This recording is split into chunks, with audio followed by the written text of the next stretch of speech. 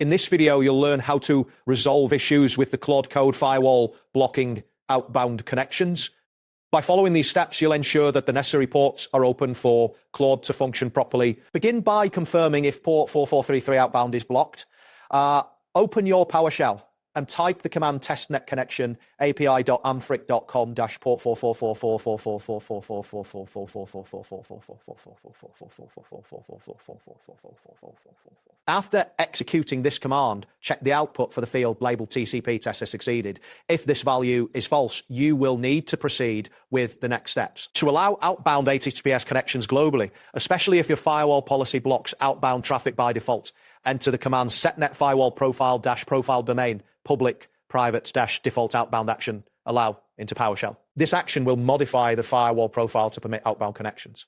After executing this command, test the connection again using the same testnet connection command you used earlier to see if the issue persists. If you cannot change the global policy, you will need to allow the node runtime. As Claude operates through node, first find the node path by typing get command node. Source is in PowerShell. This will return a path similar to C program files, nodesh.xsh. Next, create a firewall. Allow rule by entering new net firewall, rule-display name, node.js, HTTP prow, outbound direction, outbound program, C program, files node se procall TCP remote port 443 This rule will permit outbound connections for node. If Claude is installed as a standalone binary, you will need to find its path. Use the command get command Claude source in PowerShell. The output will provide the path to the Claude executable. Use this path to create another firewall rule by entering new net firewall rule display name Claude CLI HTTPS outbound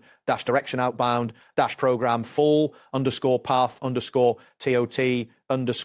commanded procall TCP remote allow replace full path _2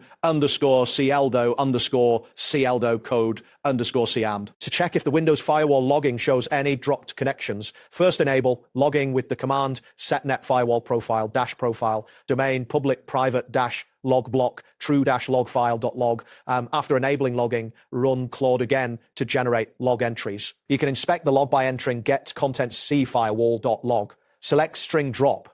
If you find any dropped entries, this indicates a misconfiguration in your firewall rules. If you are on a corporate network, note that you cannot override the perimeter firewall using PowerShell. In this case, you must request your network administrator to whitelist, quote, api.anthroc.com, quote, 443 free. Unfortunately, there is no local bypass for a hardware firewall in this scenario. For final verification, after creating the necessary rules, restart the firewall service by entering restart service MPC in PowerShell.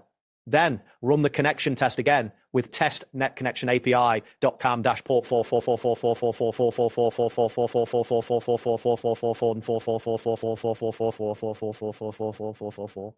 Then run the connection test again. If the result shows true, this indicates that the firewall issue has been resolved.